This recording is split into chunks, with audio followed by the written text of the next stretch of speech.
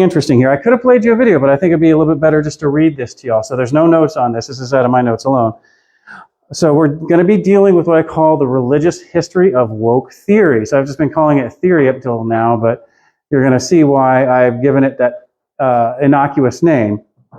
But this comes from a YouTube interview from, I think it was about a year or two ago, but I'll start off with this, and some of y'all may know these names. So a curious journalist, Andy No, asked Professor Emeritus Jordan Peterson how psychology can explain why Antifa is so evil and bad. Dr. Peterson says it's revenge against God for the crime of being. Then he starts crying. This is what he's saying, until you understand Marxism is Gnosticism of the satanic mode, dressed in scientism, you can't understand it at all. It's revenge against God and your parents and the existing society, all of which made you without your consent and thus caused your suffering for being. Marx compared man to Prometheus, wrongly chained to the rock of being and tortured thereupon, and said subsequently, quoting Prometheus from the myth, that he wished to cast down all of Olympus and the gods with it. He didn't repeat his warning to Hermes that this was madness. Marx believed that man makes society, makes man, makes society.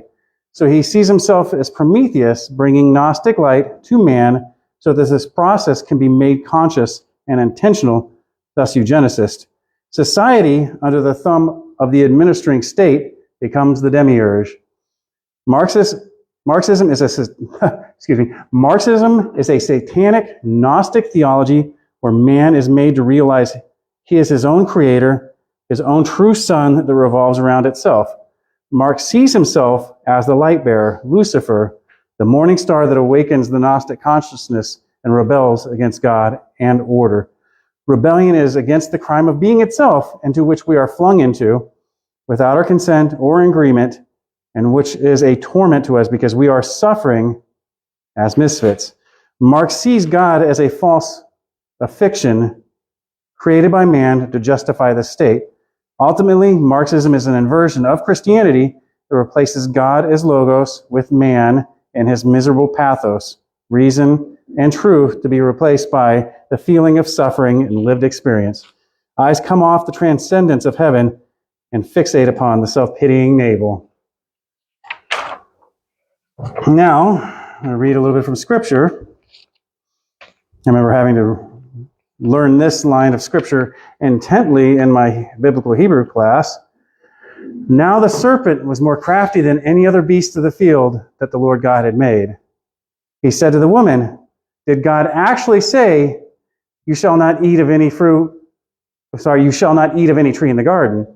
And the woman said to the serpent, we may eat of the fruit of the trees in the garden, but God said, you shall not eat of the fruit of the tree that is in the midst of the garden, neither shall you touch it, lest you die.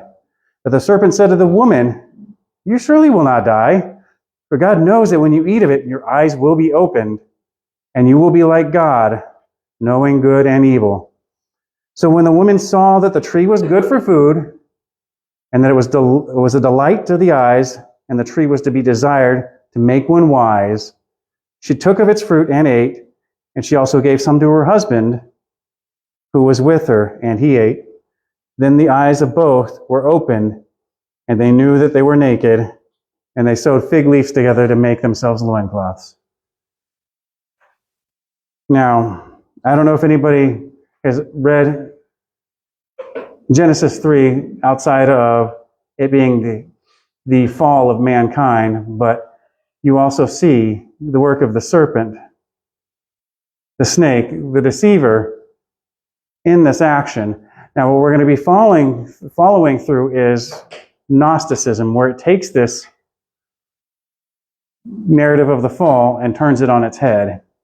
But this is where we're also going to be able to see where this warning out of Genesis 3 comes into play and the dangers of the church from the enemy, from the deceiver, from the snake. So I'm going to draw along what I've given you. The whole backstory was just to draw a long story that what we're running into in the modern day and age is something that's goes all the way back to the garden, something that surfaces up every few centuries.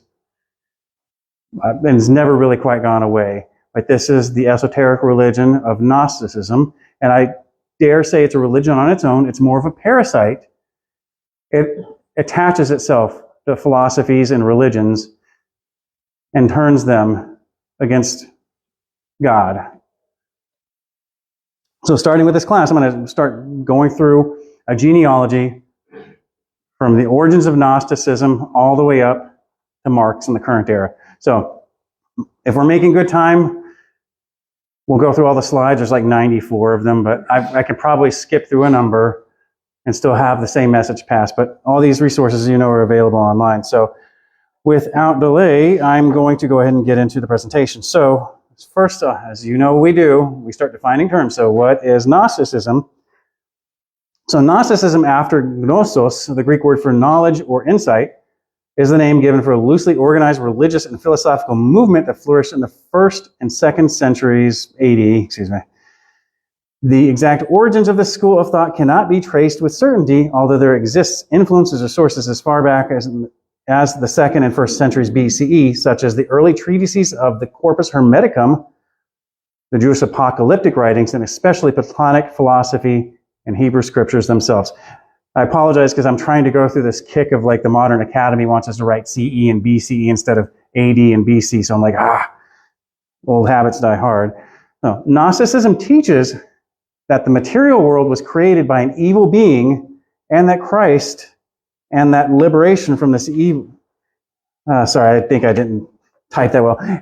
And the liberation from this evil world is realized through the spiritual experience called gnosis, the root word that forms the word Gnostic. Gnosis was salvation through mystical union with the divine, and as such, was something that each individual had to experience internally for himself or herself. It couldn't be obtained through any outward social or institutional means alone. Believing in creeds, or observing the sacraments, or obeying the clergy, or behaving morally, so on and so forth. So it only comes from internal experiences. And I'm hoping you all are starting to draw parallels on these, just in going through the definitions of what we've been covering for the past few weeks. Gnostics are known for their general rejection of this world as it was produced in error by a lesser God and is thus consistently and completely evil.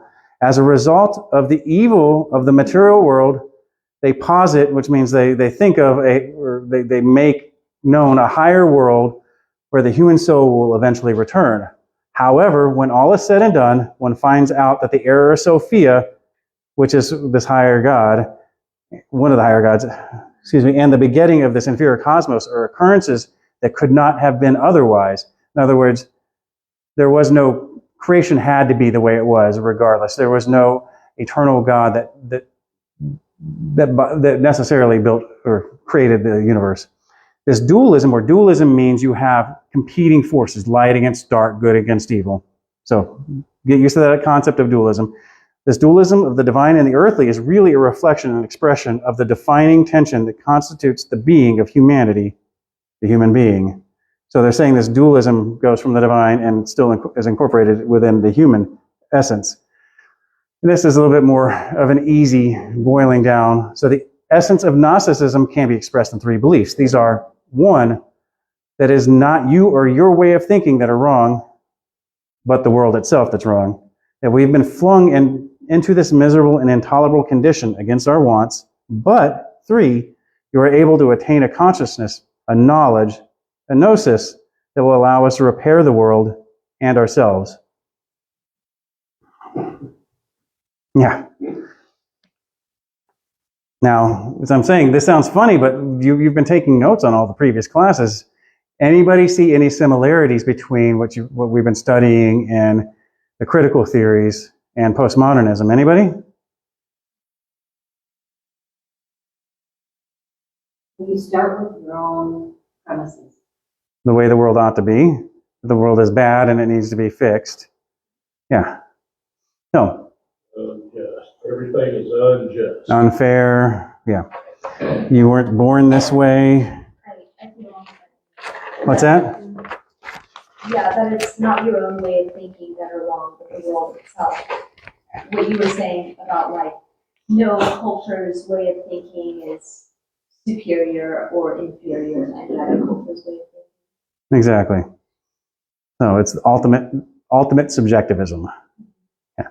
So we're going to now go through a history of Gnosticism from its inceptions, and I might have to skip over some portions in this because I do get a little bit in the weeds, because if you look online to most secular resources, they try to pin Gnosticism at the beginning of Christianity, or they may stuff it a little bit earlier within Jewish writings, but roughly around the time frame. But I'm going to stretch it way back into early Greek philosophical traditions. So with that being said, I'm going to talk about the history of Gnosticism, where the origins of Gnosticism are still a bit unclear. Mind you, I'm taking some of these definitions and taking some of my sources from the secular materials and then giving you some of the Christian research, for lack of a better term, and then giving you the contrasting. So this is from the secular world. The origins of Gnosticism are still a bit unclear. Some think Gnosticism originated as a heresy that diverged from the Orthodox Christian teaching, while others see the movement as an independent non-Christian movement stemming from either paganism or Judaism. For example, church historian Everett Ferguson argues that Gnosticism seems to have grown up concurrently with Christianity in a similar environment, but from different roots, with the two having some interactions in the first century before Gnosticism developed into a separate religion in the 2nd century. Gnosticism can also be traced from Greek philosophy and Egyptian religious cults. From the Hellenistic tradition, the groundwork for Gnosticism was laid in the Athenian Academy, with the first manifestations arising from Plato and his philosophical doctrines. Political philosopher Eric Voegelin claims of Plato. If you look at classical philosophy in the Platonic dialogues, you will find all the superb analyses of existential order of the human being are still built into the conception of the embracing the order of the cosmos. In the Timaeus, which is a book by Plato, for instance, Plato develops the concept of a demiurge that operates within the cosmos as an internal mystical figure in the cosmos. But Plato also knows that behind the cosmos and all the talk about the cosmos and the demiurge, there is the divine Father who is not the demiurge. And about that divine Father, we know very little, and therefore we can only barely mention him. And otherwise, he has never been praised worthily by man. So, however, these concepts existed prior to Plato in the work of Pythagoras, the same guy from the Pythagorean theorem. Pythagoras was a philosopher whose work formed a religious movement in the classical Greek world. Pythagoreans believed that the physical world was inherently corrupt and that the soul was buried in the body, which acted as a tomb for the soul in this life. The highest reward a human could attain was for the soul to join in the life of the gods and thus escape the cycle of reincarnation into another human body. And here we get a little picture. And this is, has anybody seen the movie The Matrix? Raise your hand. Okay. And there's tons of movies. Alice in Wonderland, for example, follows a lot of this. But this is something that Plato came up with, the concept of our idea of who we are was prisoners locked in a dark cave with a fire behind us, and people taking objects and marching them forward and projecting them as shadows in our vision. That became our only reality. And he's comparing that to that's what we view as our reality. And then to be able to get out and to ascend into the real world, which he calls his realm of forms, which is the world of how things actually are, not how we perceive them. One would have to escape the cave to be able to understand that. So here, you're in the Matrix, and there, you've taken the red pill, and now you're with Morpheus in the real world. That idea, so the Wachowski brothers, which are now Wachowski sisters, owe Plato some royalties if the, copyright law extended back 4,000 years, actually 3,000. So, long before the advent of Gnosticism, Plato had posited two contrary world souls, one which does good and which one has the opposite capacity. For Plato, this did not imply that the cosmos is under the control of a corrupt or ignorant God, as it did for the Gnostics, but simply that this cosmos, like the human soul, possesses a rational and an irrational part, and that it is the task of the rational part to govern the irrational. The question arose, however, among the Platonists regarding Plato's true position on this matter. Was he declaring that a part of the cosmos is evil, or that the divine demiurge produced an evil soul?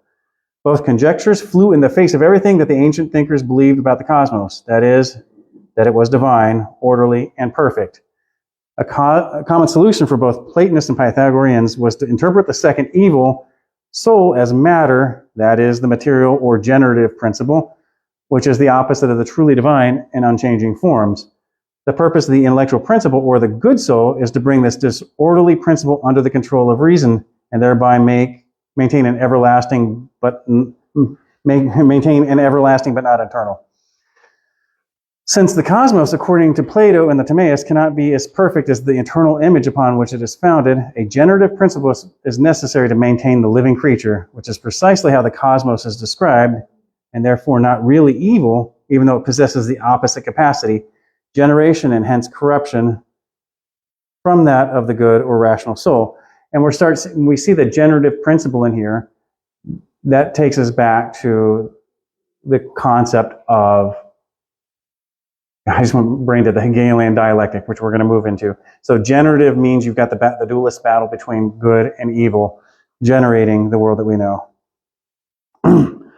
Platonism and Pythagoreanism morphed through time into Neoplatonism. And I might skip through Neoplatonism. I don't know if I've got a lot in there. Neoplatonism is a modern term used to describe a particular line of Greek philosophy, which was most prevalent in the 3rd through 6th centuries. Through the philosophers such as Plotinus, Porphyry, and Proclus, the general ideas of Plato were applied in an effort to respond to strength and to the strength and success of Christianity.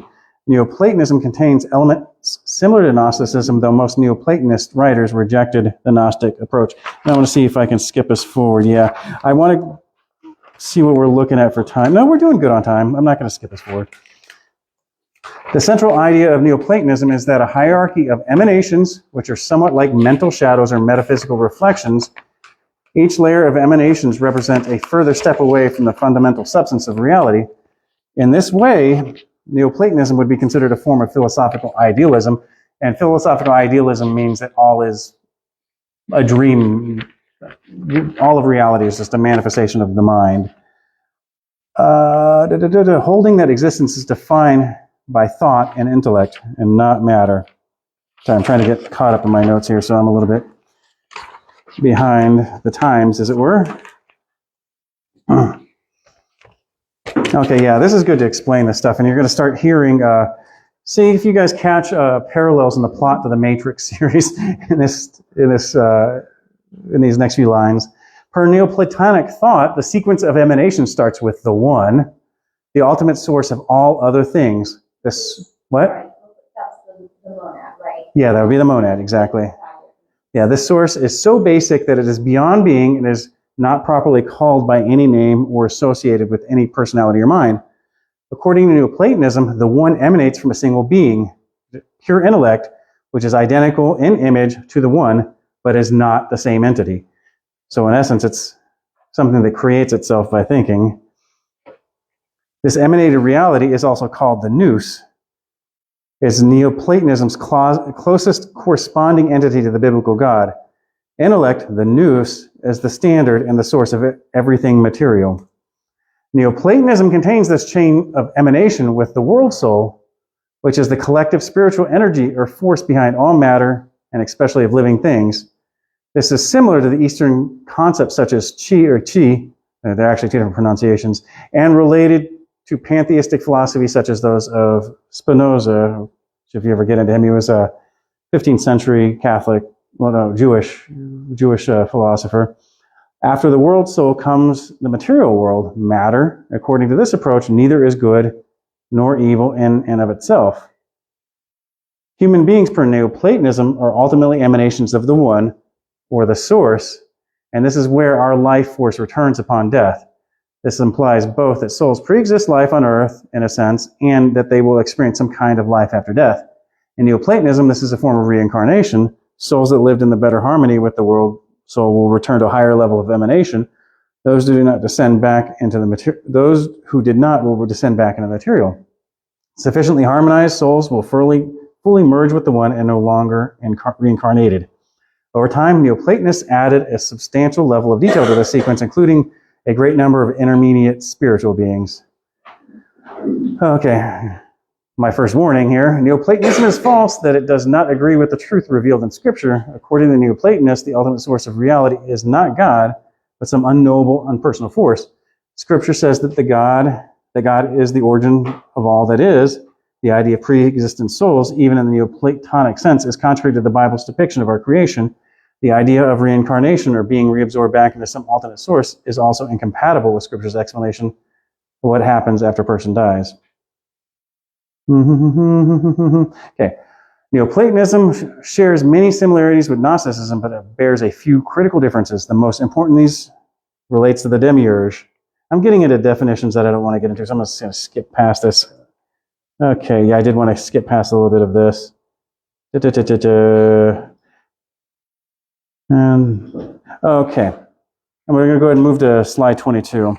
I realized I'd shifted some slides around after I had everything put together, so I wanted to change the timeline up, and I realized that I didn't change those slides in order to match the timeline here. So, the Gnostic infection of Judaism and Christianity. So, well, I want to back up a little bit before I get into this. I wanted to give you a little timeline of Gnosticism, or at least the origins and early roots of Gnosticism as it originated in the Greek Academy. If you want to go back over and read the notes after classes, we do have a limited time frame, but in the expanded notes, there is a genealogy that shows you the early ideas of concepts we're going to get into when we get deep into the weeds into Gnosticism. So, sorry that we're not going to be able to get that exact. Yeah, we want to use the term evolution right now, but if you don't want to get back in your notes, I really highly recommend it. So, now we're moving to the Gnostic infection of Judaism and Christianity, starting off with slide 22, where many contemporary scholars contend that Gnosticism had Jewish Christian origins, originated in the late 1st century AD, and non-rabbinical Jewish sects and early Christian sects.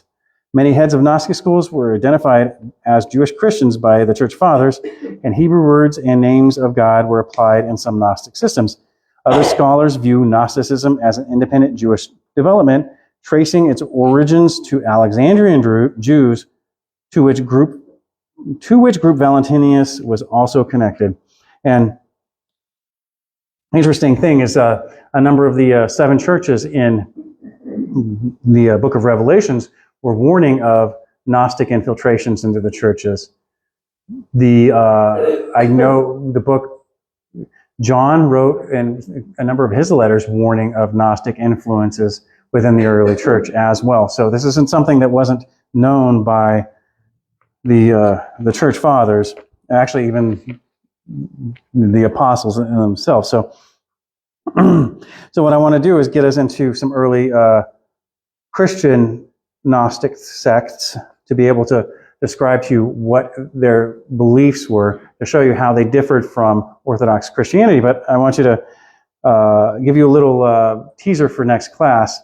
What we're going to be diving into is what the Alexandrian Jewish population and their mystic practices, where that originated from, and how that later merged to form the Gnosticism that we knew. So where you end up having Athens merging with Alexandria, causing that Athenian school that I was telling you about earlier, merging with Alexandria to cause the Gnosticism that plagued the early church.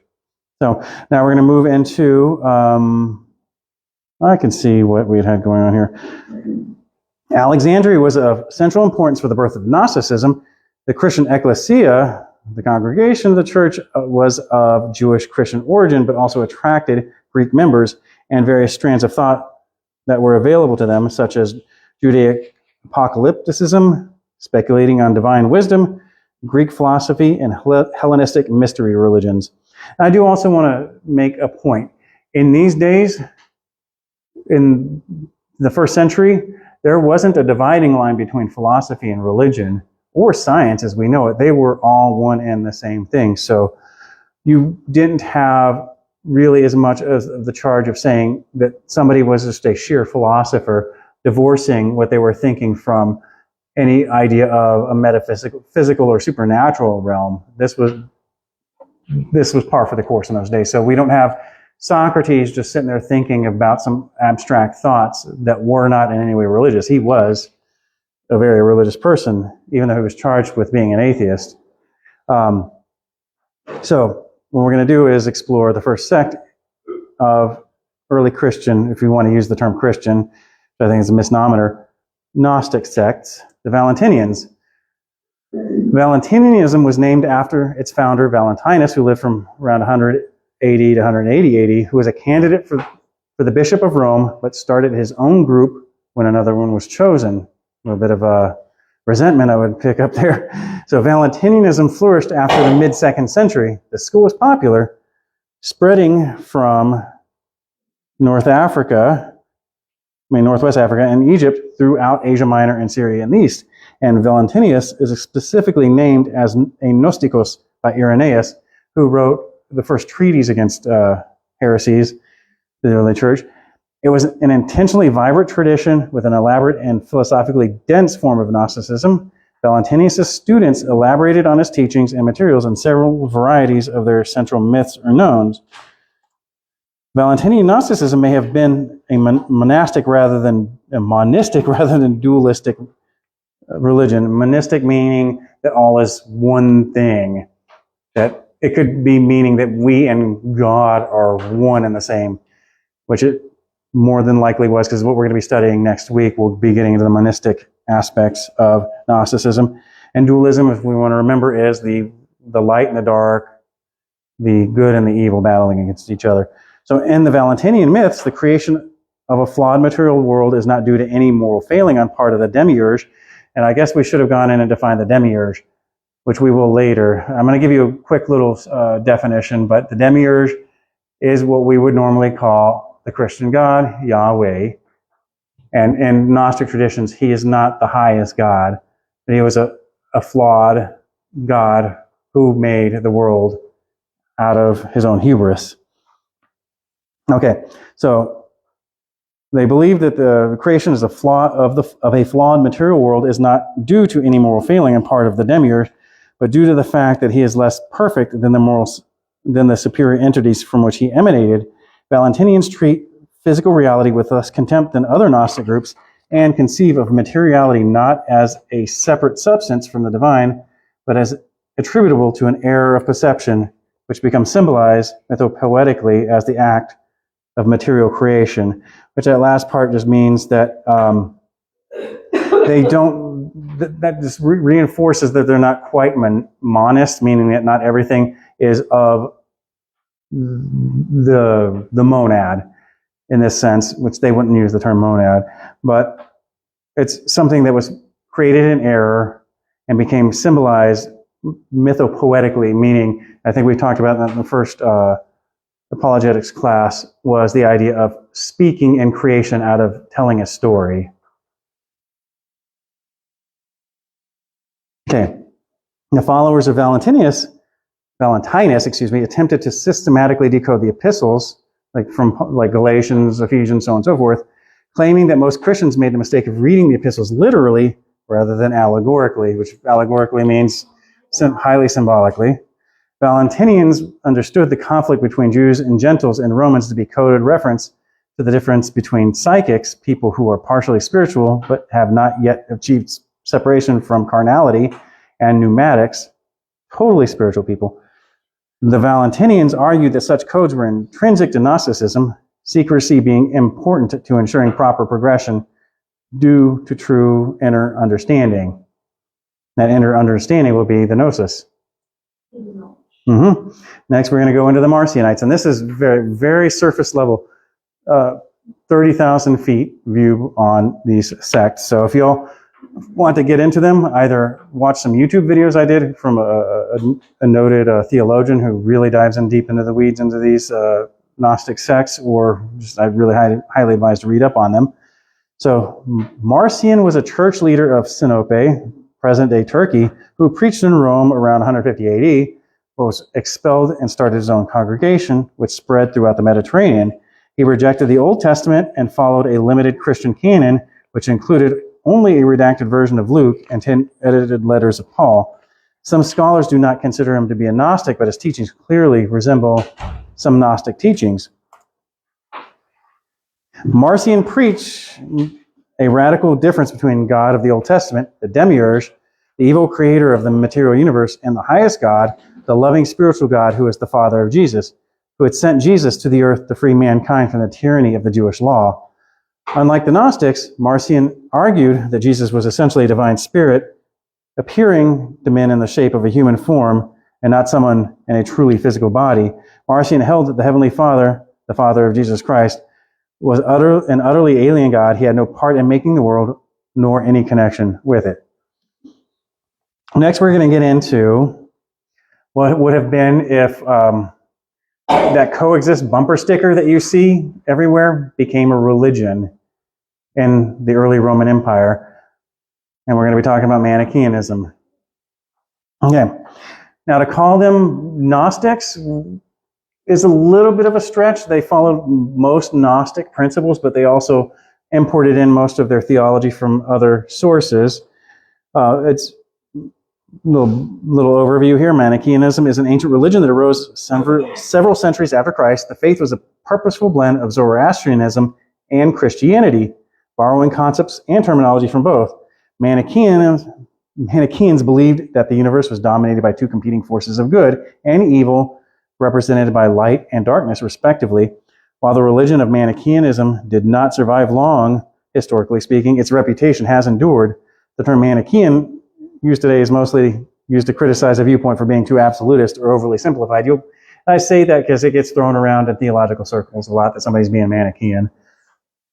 But in essence, Manichaeanism took exactly what you're talking about, Christianity and Zoroastrianism, which was inherently a dualistic religion where you had the forces of light and darkness. Try to remember the two groups. There was Ahura Mazda and I can't remember the other opposite god, which would have been the evil god.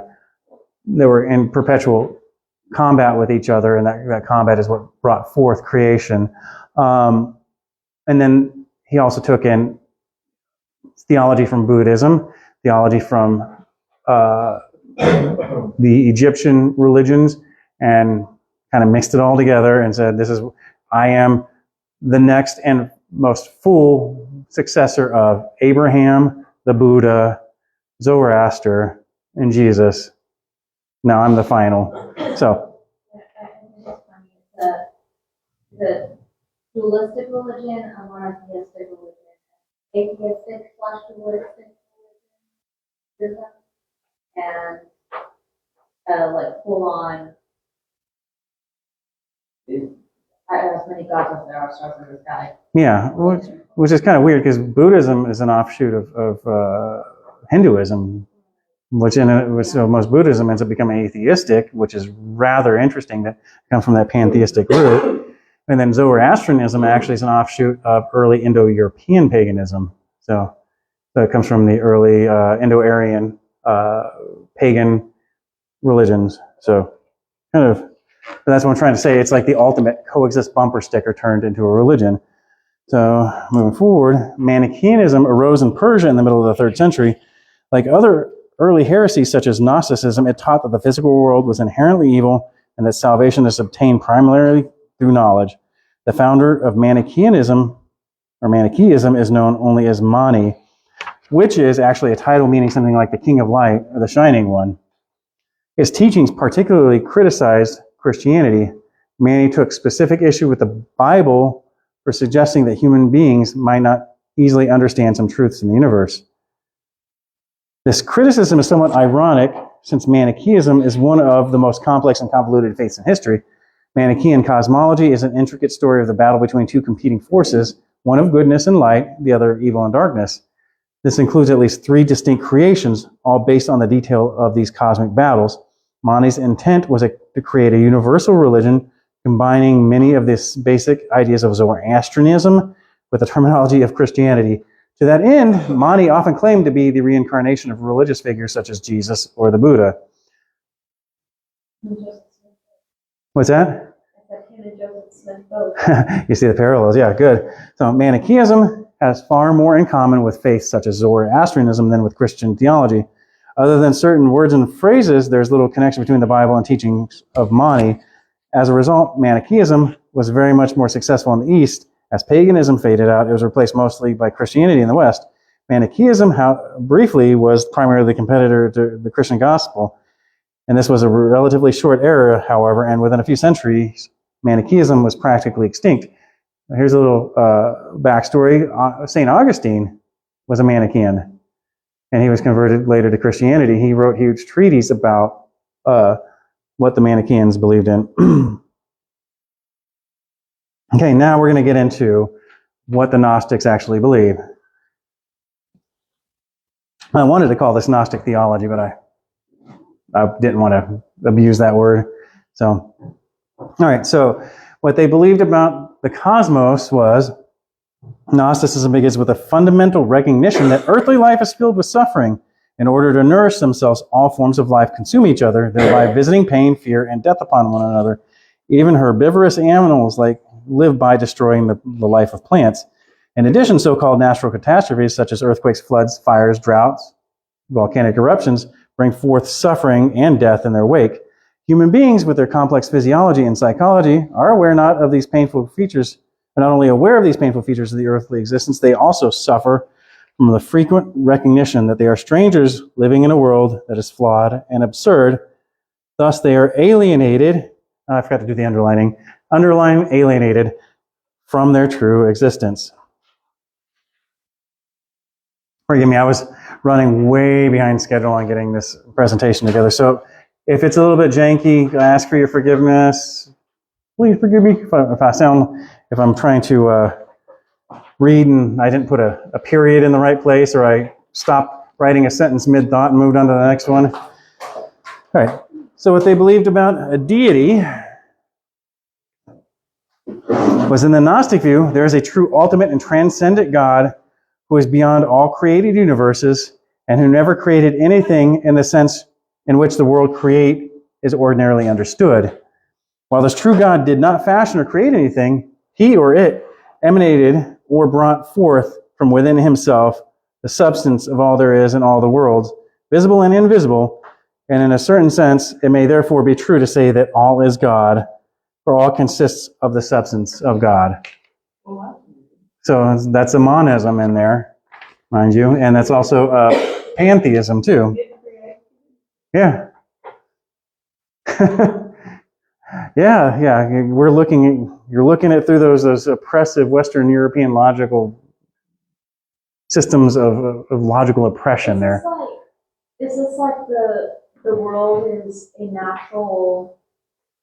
It sounds gross to say, but like almost how like humans create sweat. They didn't like make the sweat, but it came from them. But it's also not part of them. I would say it's their DNA. I would say it's closer to what the modern term emergence. Has anybody heard the term emergence these days? It's used heavily within the sciences these days to explain phenomenon, meaning that, like, say in the philosophies of mind, that you get enough neurons connected together in a certain way, then consciousness just magically emerges from it, right? Or you get certain physical properties together in a certain way, something emerges out of it. And so here, just out of pure chaos and thought and not quite logic, something just emerges or emanates.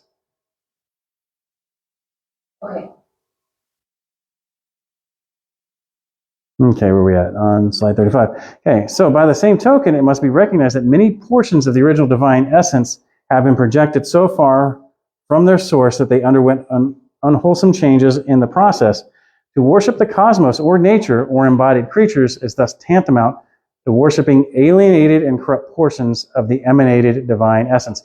Another issue is also, they would say that because if you don't have the gnosis of this the most high God, or whatever they wanted to call, there is a term for it, we'll get to, that you won't know what this emanated from. But you're going to find out it's rather circular. Now, moving on.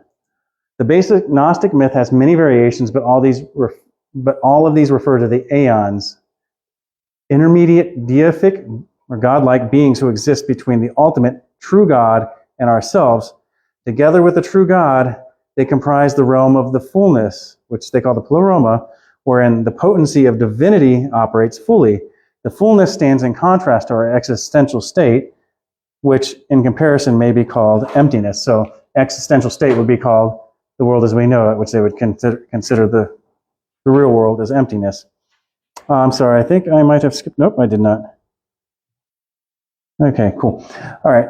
One of the aeons bears the name Sophia, or wisdom, and is of great importance to the Gnostic worldview. During her journeyings, Sophia came to emanate from her own being a flawed consciousness, a being who became the creator of the material and psychic cosmos, all of which he created in the image of his own flaw. This being, unaware of his origins, imagined himself to be the ultimate and absolute God. Since he took the already existing divine essence and fashioned it into various forms, he's also called the demiurgos, or half-maker, also be known as the artisan or craftsman. There is an authentic half, a true deific component within creation, but it is not recognized by the half-maker and by his cosmic minions, the archons, or rulers. And the interesting thing is, this demiurge, the Gnostics call him, well, let's say that's who we call God in our Bible. Yeah, pay attention. I see you're probably focusing on the term archon, right? Yeah. There is meaning behind that. Okay. So what they believed about anthropology, or what it is to be human nature mirrors the duality, found in the world. In part, it was made by the false creator, God, and in part, it consists of the light of the true God, which is that higher being that emanates from itself. Humankind contains a perishable physical and psychic component, as well as a spiritual component, which is a fragment of the divine essence. This latter part is often symbolically referred to as the divine spark. The recognition of this dual nature of the world and of the human being has earned the Gnostic tradition the epithet of being dualistic, which I don't even call it an epithet, but it is. Humans are generally ignorant of the divine spark resident within them. This ignorance is fostered in human nature by the influence of the false creator and his archons, who together are intent upon keeping men and women ignorant of their true nature and destiny. Anything that causes us to remain attached to earthly things serves to keep us in enslavement to these lower cosmic rulers. Death releases the divine spark from its lowly prison, but if there has not been a substantial work of gnosis undertaken by the soul prior to death, it becomes likely the divine spark will be hurled back into and then be re-embodied within the pangs and slavery of the physical world. Is anybody catching any parallels of any of this stuff? It does to a degree, but... Like if you hit nirvana, you become an archon? I would say something... I would say that their version of nirvana would be something closer to pleroma, which we'll get into. In fact, it would be the pleroma, yeah. But I'm trying to say is from previous classes, are you all seeing any resemblances? Oh. Nobody? Humans are generally ignorant of the divine spark resident within them. Okay? Revealed wisdom of who you really are, or you're not having knowledge of who you really are. You're what? Yeah. I'm trying to push through a lot of stuff here, but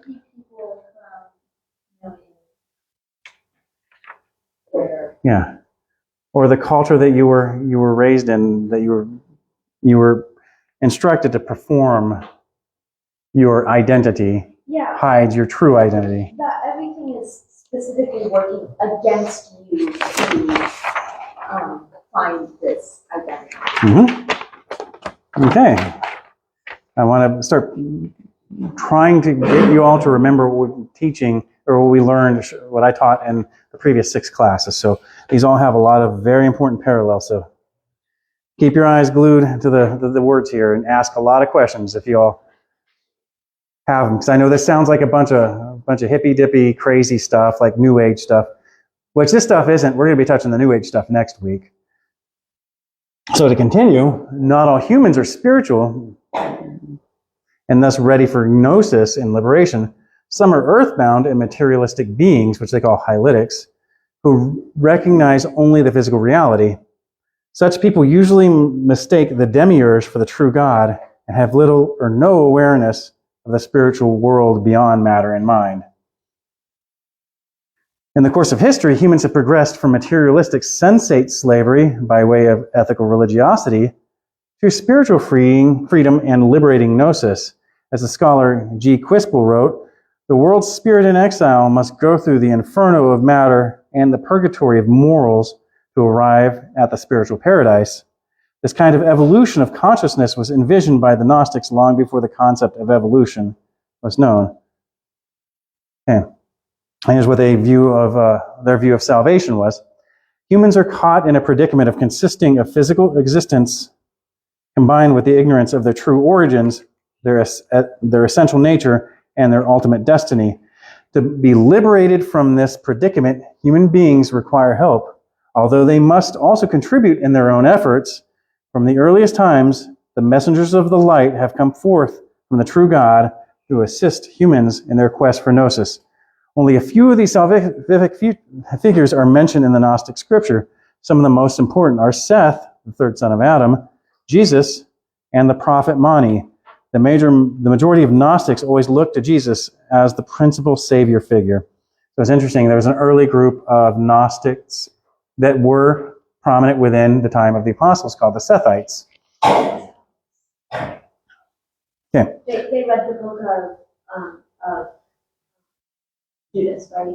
Yeah, the Gospel of Judas. Yes, exactly. Okay, Gnostics. Oh, and then all their writing is out there if you want to read it, to compare it to Orthodox Christian writings, and you will spot it immediately, the difference. It's not anything that you're going to look at and go, oh, this is going to deconvert me away from Christianity. If you read your Bible, you will see how different it is. Let's see where we're at. 43. Okay. Gnostics do not look to salvation from sin, original or other, but rather from the ignorance of which sin is a consequence. Ignorance, whereby is meant ignorance of spiritual realities, is dispelled not only by gnosis, and the decisive revelation of gnosis is brought by the messengers of light, especially by Christ, the Logos of the true God. It is not by his suffering and death, but by his teaching and his establishing of mysteries that Christ has performed his work of salvation. Hearing a lot of, yeah, exactly.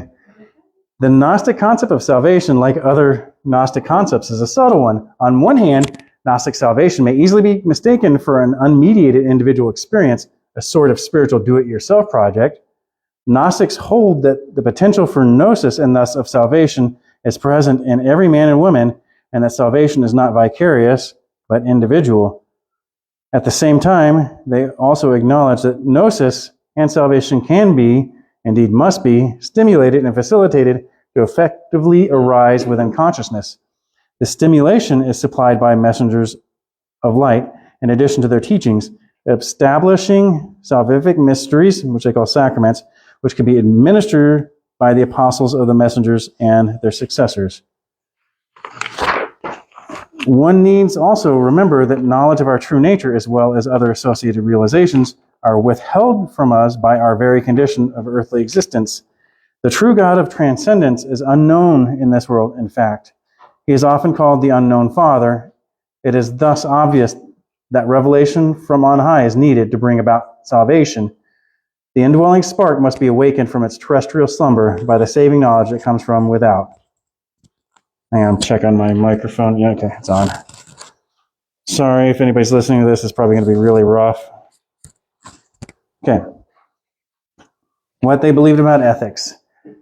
If the words ethics and morality are taken to mean a system of rules, then Gnosticism is opposed to both of them. But such systems usually originate with the demiurge, which is, remember, that evil creator god, and are covertly designed to serve his purposes.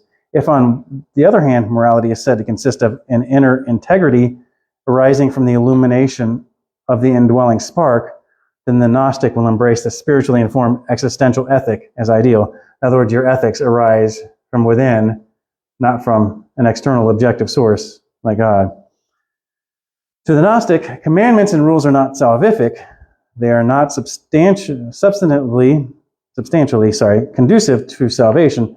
Rules of conduct must serve numerous ends, including the structure of an ordered and peaceful society and maintenance of harmonious relations within the social groups.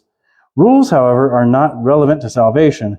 That is brought about only by gnosis. Morality, therefore, needs to be viewed primarily in temporal and secular terms.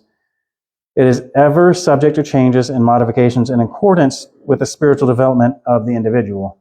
And also, if you can stretch that into what we were talking about, how all the different critical theories and how they view each other are all relevant towards the development of humanity. Like where something may have been moral in the past, it is now no longer moral. Because even humanity in and of itself is coming to a gnosis. Okay, as noted in a discussion above, Hylitic materialists, which is what we would call, the Gnostic, having a little issues here, usually have little interest in morality, while psychic disciplinarians often grant it great importance. And the difference is, one is dealing with Hylitic, meaning that there is two like both a spiritual and a material substance. And psychic disciplinarian just means people who are disciplined from this eternal psychic spark of the divine, often granted importance, sorry if that's clunky there. In contrast, pneumatic spiritual persons are generally more concerned with other higher matters. Different historical periods also require varied attitudes regarding human contact. Thus, both the Manichaean and the Cathar Gnostic movements, which functioned in the times when the period of contact was regarded as an issue of high import, responded in kind. The present period of Western culture perhaps resembles in more ways that of the 2nd century Alexandria. It seems therefore appropriate to state that Gnostics in our age have adopted the attitudes of classical Alexandrian Gnosticism, wherein matters of conduct were left largely to the insight of the individual. And I think that was another clunkiness due to my reshuffling of the timeline here. So I mentioned the Cathars. They were the last large Gnostic sect in Europe. In fact, one of the last crusades was actually to wipe them out of Western Europe. And they were literally razed. All their castles and keeps were razed to the ground, and no prisoners were taken. But what I was trying to differentiate was some of the early and medieval Gnostics became like a Puritan sect, like how you lived your life in a very pure way, a very disciplined manner, and another sect, which would have been the Alexandrian group, who were what we called antinomianism, or antinomians, which meant that there was no law. They did what pleased them. And their morals came from their inner subjective feelings. Yes, exactly. So that's why I was trying to say, I know it's kind of clunky, but the modern version of Gnosticism doesn't come from that branch where they were these, they lived out their lives like monks. They're more of the Alexandrian groups that came about saying something along the lines of eat, drink, and be merry, for tomorrow we die. Carpe diem. Yeah. And for today, but for tomorrow we never come. Yeah, which was actually a Roman statement, but that was more of a Epicurean statement, which has a lot of different. Yeah, carpe diem. Yeah, carpe canimus. He's the dog.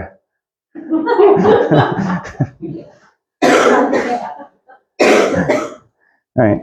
So the role of Satan in Gnosticism. The sin of Eve, so orthodoxy tells us, was that she listened to the serpent, who persuaded her that the fruit of the tree would make her and Adam wise without any deleterious side effects. It was Eve who then seduced the righteously reluctant Adam to join her in this act of disobedience, and thus together they brought about the fall of humanity. A Gnostic treatise, The Testimony of Truth, tells a different story. While repeating the words of the Orthodox versions of Genesis, the Gnostic source states that the serpent was wiser than all the animals that were in paradise. After extolling the wisdom of the serpent, the treatise cast serious aspersions on the Creator. What sort is he then, this God? then comes some sort of answer to the rhetorical question. The motive of the Creator in punishing Adam was envy.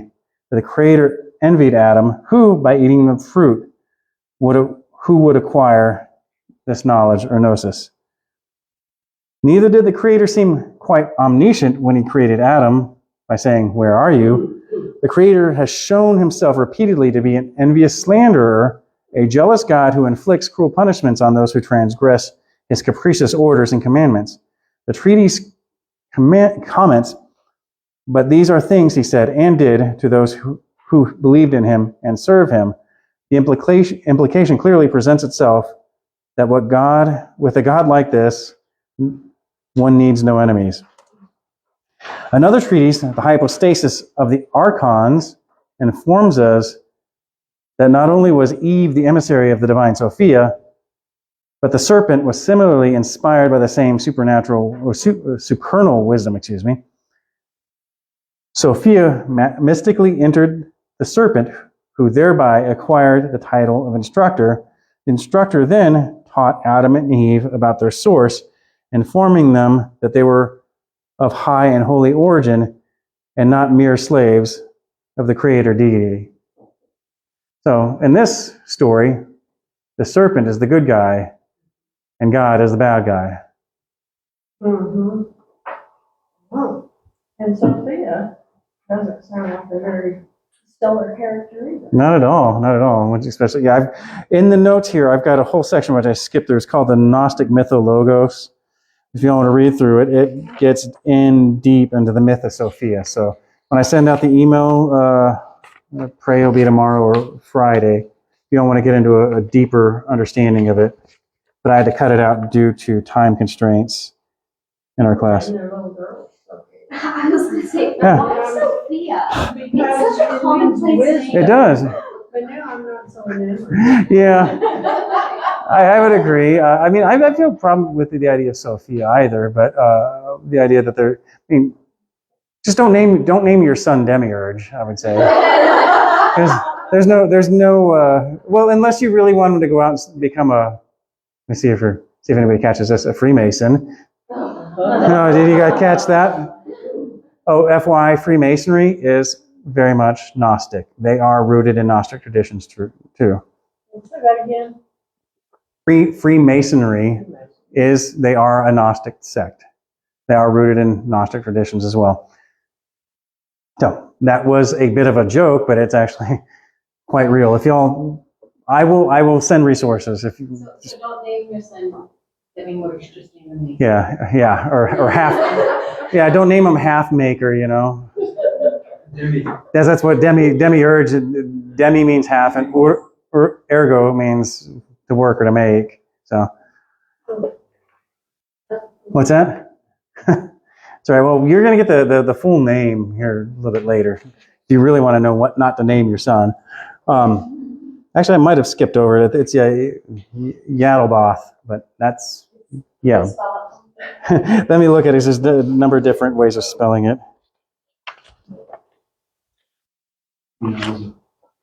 Yeah. Did you say Beelzebub? I don't know if I got it in here, but it should be Y, or actually in Greek, Ialboath. Why? No, did I spell it? Yialdabaoath. Yeah, something like that. Okay, so because we have only a certain amount of time in the class, I'm going to go and skip between that Gnostic mythology and go ahead and look into bridging the gap between, now that we have an idea of what Gnosticism is, and I didn't really even get into that deep into Gnosticism. I really wish I can get in deep, but we have a very limited amount of time. But I just needed to give you the basic parallels of the parasitic religion. I'm going to own that. It is a parasite. It's a religion that cannot survive on its own. It always latches on to other religions and other philosophies, and then takes it hostage and makes it do what it wants to do. And that's why you're seeing the parallels with Buddhism. I will state that Buddhism is Gnostic Hinduism. Yeah.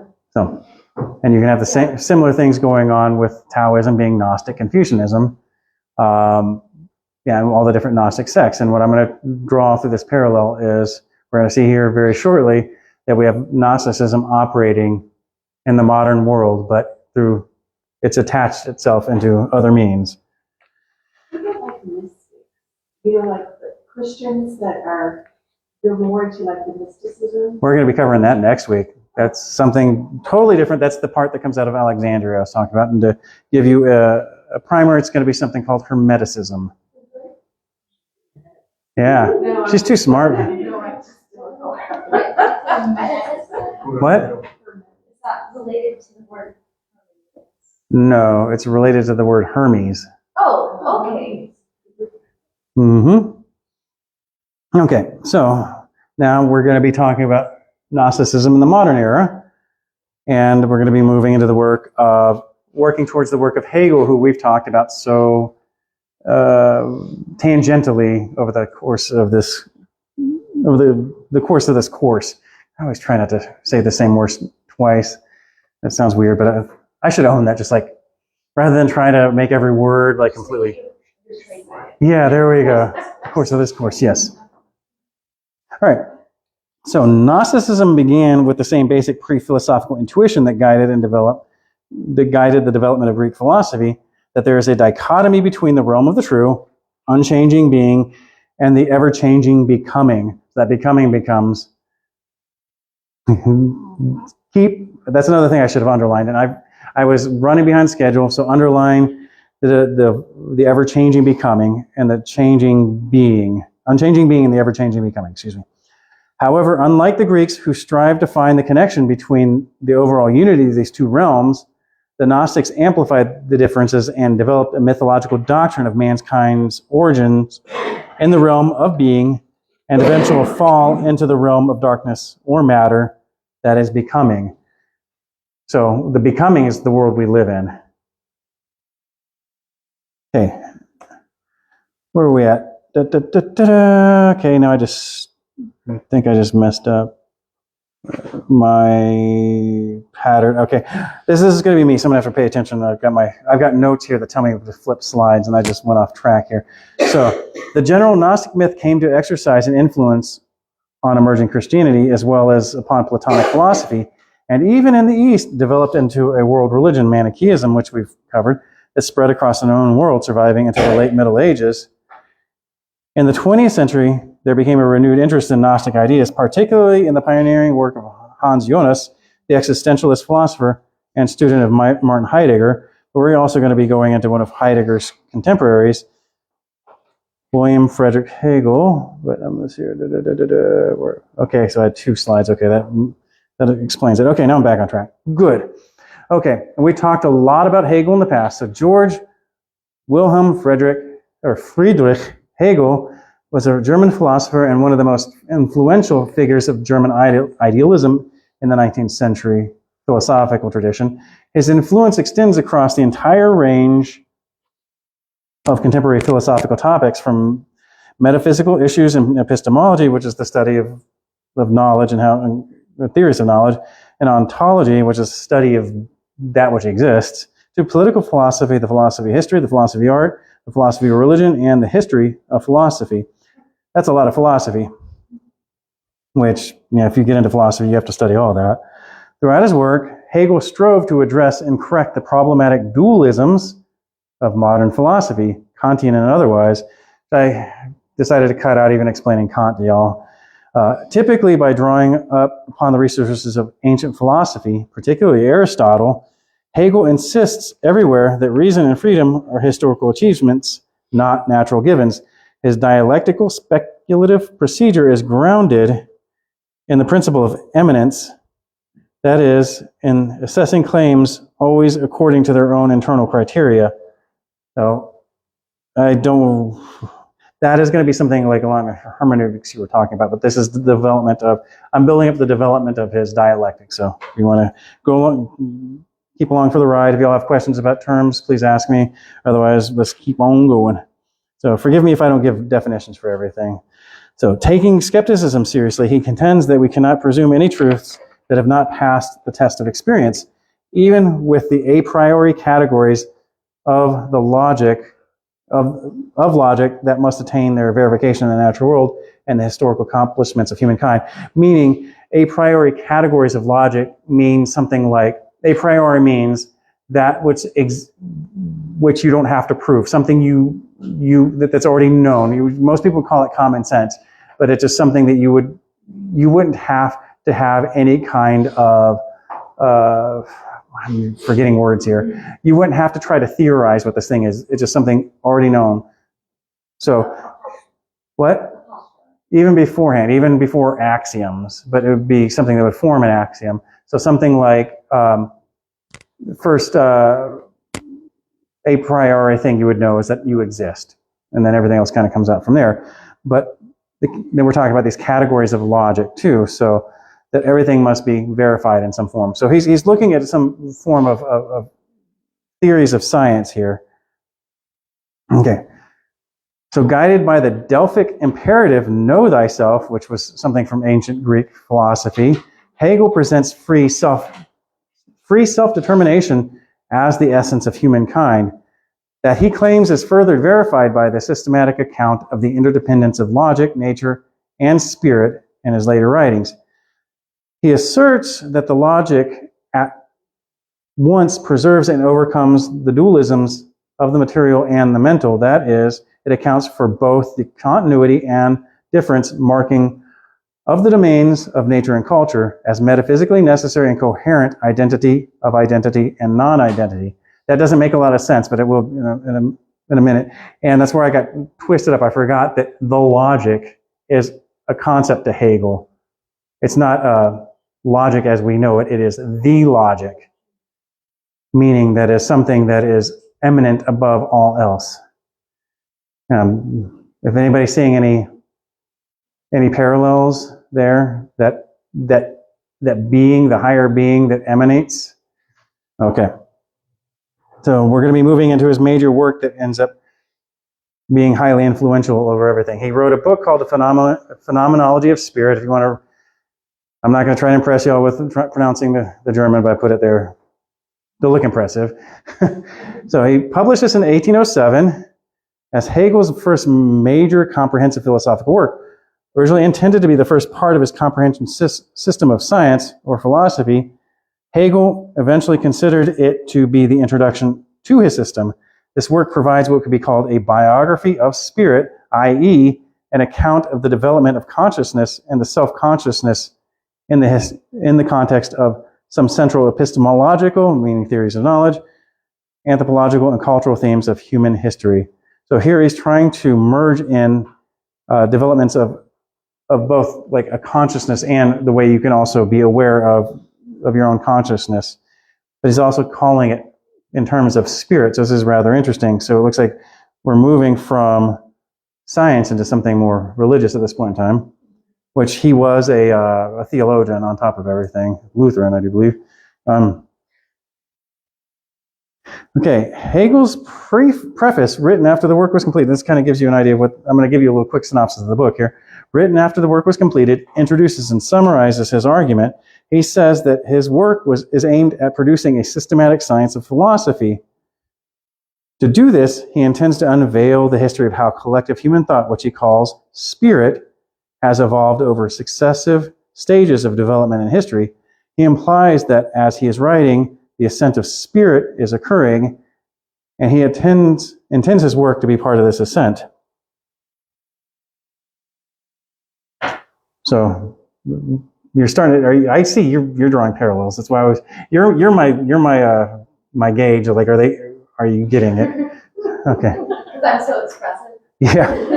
Because you see me rubbing my forehead like this. Yeah. Okay, where are we at? We're on slide 61. Okay. Okay. Hegel introduces his methods and his stance on philosophy. He establishes his idealistic principles, but argues that knowledge of the world and even of the absolute, ultimate, all-encompassing truth is possible. He claims that he can demonstrate that it's possible because of the history of the ascent of human thought, because the history of the ascent of human thought demonstrates it. This ascent, however, is only viewable in retrospect. His work intends to provide the reader with just such a view. So like you can know the divine, but you can't know you know. Only people can see that you know. Something. The latter part's a little bit hazy, but yeah, you got the first two premises absolutely right. Okay, and the other person seeing it is, so we're looking at the. There are a lot of theories within epistemology, which is the study of knowledge, that do track along those lines, and it's something that is very hard to defend, that you do know something absolutely is something I constantly get in debates with atheists online, is dealing with this baseline knowledge principles. So you all have to start somewhere, but yeah, but to be able to say that you know, that internally is harder, is as hard to justify as it is to somebody else that you actually know. If you go down that skeptical rabbit hole. It's how do you know you're not a butterfly dreaming of being a human? Or even that you're a butterfly at all. Right. Yeah, so something similar to that, yeah. What do you mean by in retrospect? What's that? This ascent is only viewable in retrospect, meaning those from the past you can see it in, No, you only think your own self, yeah. but only later. Yes. Like, I understood it, now I know that I understood it. Yeah, so you're back reading what you know now into what you were then. So it's like revisionary. Yeah, would be a better way of putting it. Okay, where are we at? According to Hegel, consciousness is the earliest stage of human thought. Self-certainty is the part of consciousness that deals with the earliest and simplest level of thought. Simple, passive intake of sensory data about the world. Hegel shows that how sense certainty becomes perception, the active process of thinking about the world. Neither sense certainty nor perception can grasp truth. So he's basically saying there's a disconnect in between what we perceive and how the world actually is. He then proceeds to discuss the synthesis of this sense certainty and perception, called the understanding, a term he borrows from Kant. The understanding applies to perceptions about the world and makes laws about how the world must act. However, Hegel argues that the understanding is really only pointing out the limits of human thinking.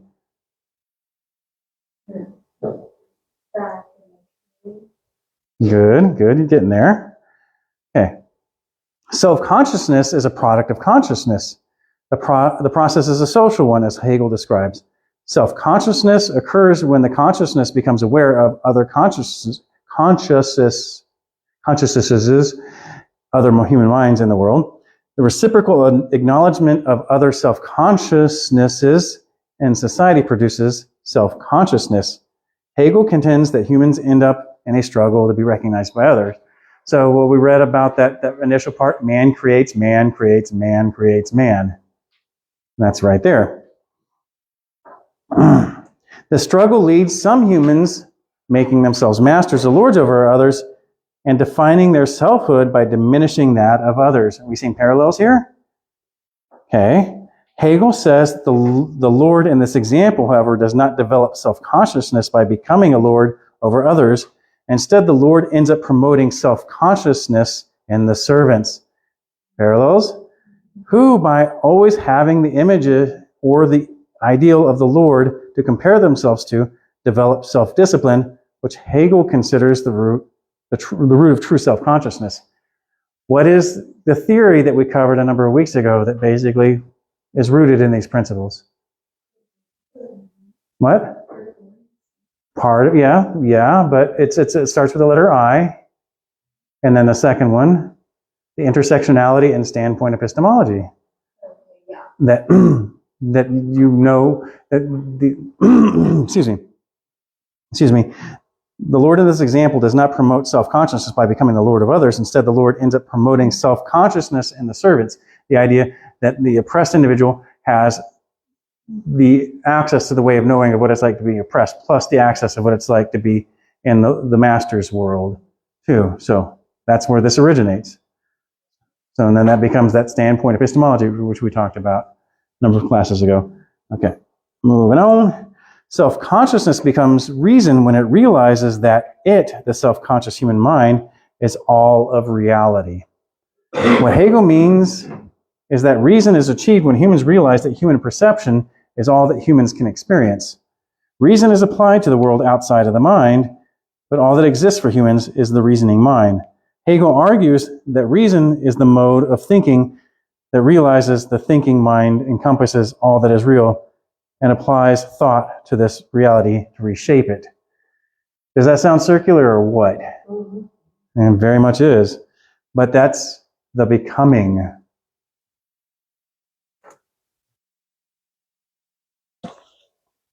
Hegel lays out a rough sketch of the history of reason. He dismisses psychology and other attempts to discern spirit in the characteristics of humans. He shows that work is the source of ethics and morality because it is the practical application of thoughts about the world. See if anybody is going to catch any parallels on that one. But now on his concept of the spirit, spirit is reason made fully self-conscious and fully confident. Spirit exists in an ethical order within and above human society. It is the ethics, traditions, and values of society, and it is produced by human beings living within society, not isolated human minds. Hegel considers how the primitive ethical order in human society breaks apart because of the various kinds of individualism. So now we're taking that self-becoming and having more of a social becoming. So I'm going to ask this question now because if I write it down, we'll have that later. Is the point of inversing the roles, right? Making the oppressed become the oppressor and the oppressor become the oppressed, and keep doing that? Is that to basically make it to where we all inherit this greater consciousness of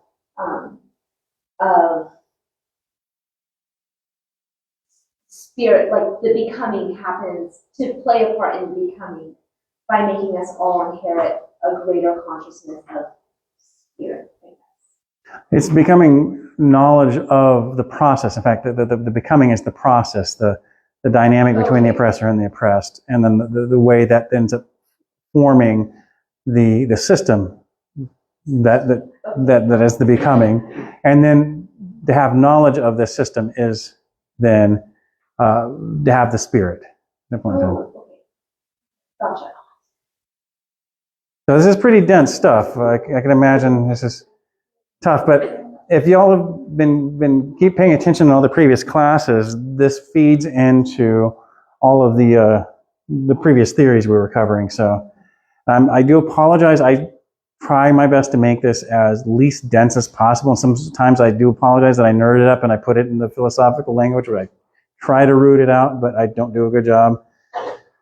But this is why I appreciate questions. It helps to eke out when I geek out on that, but also eke out the dense materials, because sometimes even condensing this down into, let's say, easy to digest portions kind of leaves it like almost like it's lacking in meaning. So Is this not related to like social justice theory? yes, this is social justice theory's grandfather.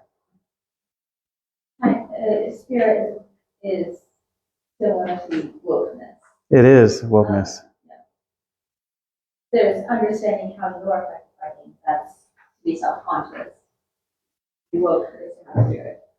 But Or gnosis even, too. yeah, so is gnosis different from spirit? No. Okay, gnosis is spirit.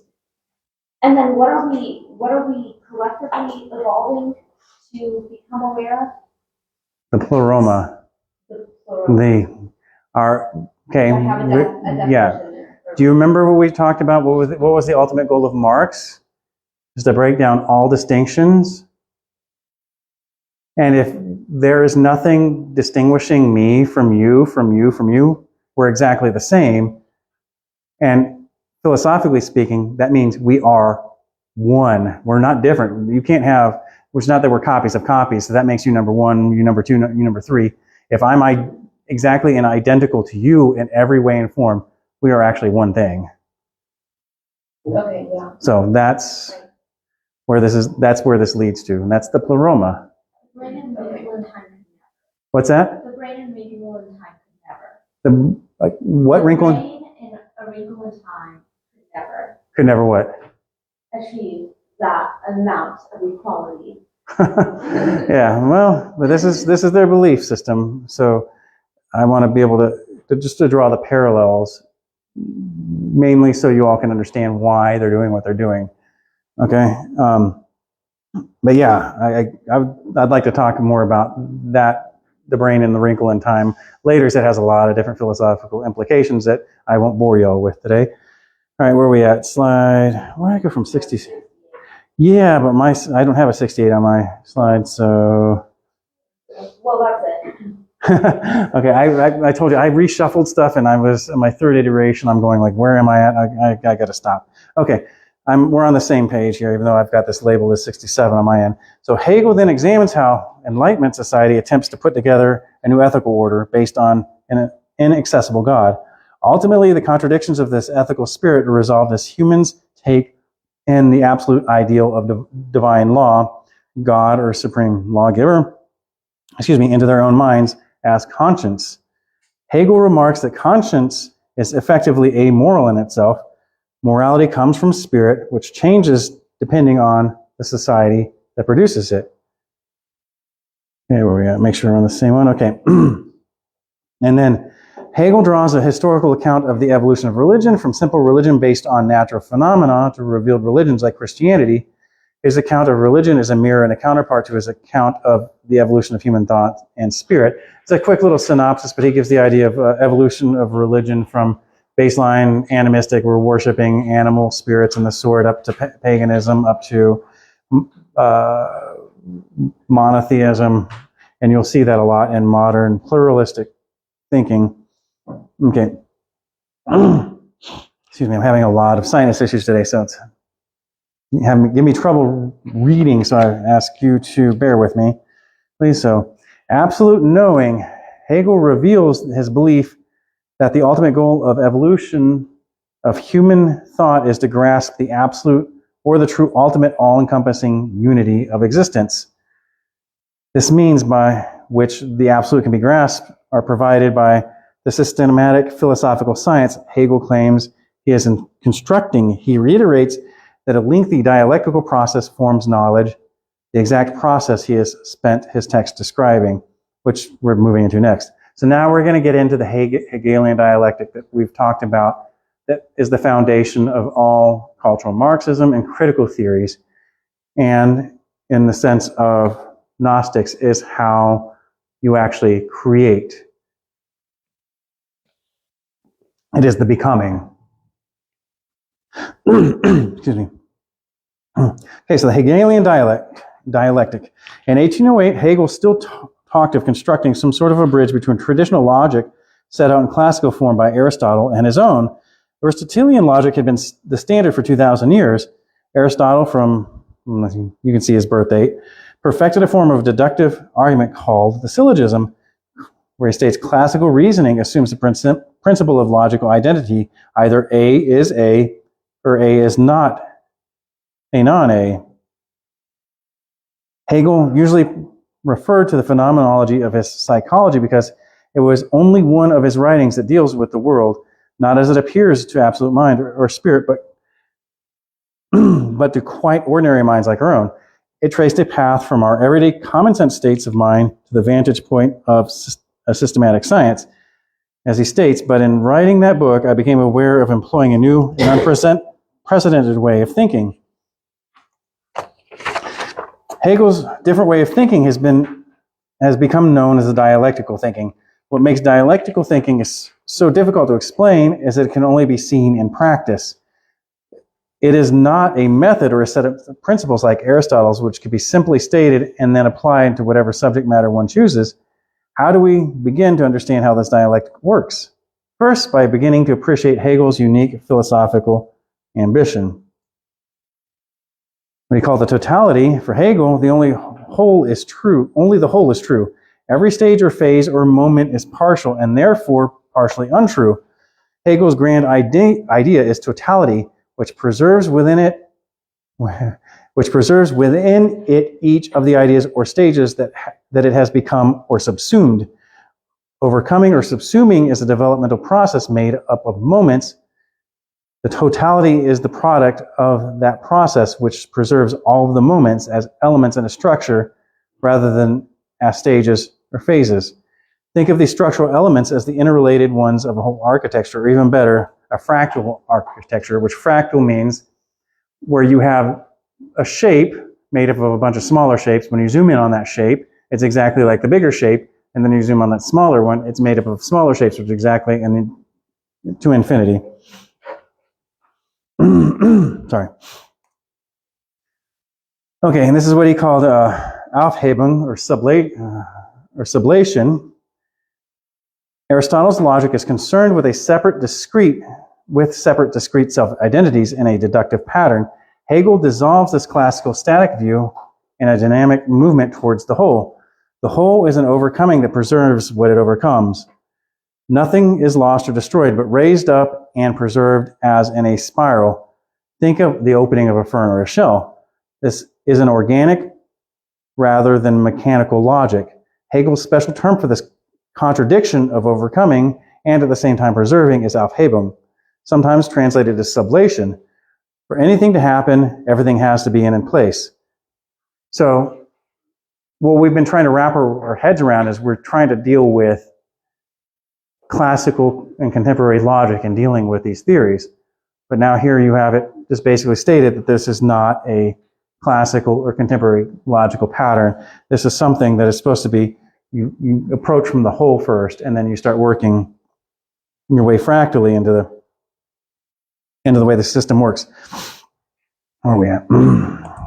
So in Hegel's treatment of logic, thinking dwells on itself rather than trying to comprehend the world, the internal logic.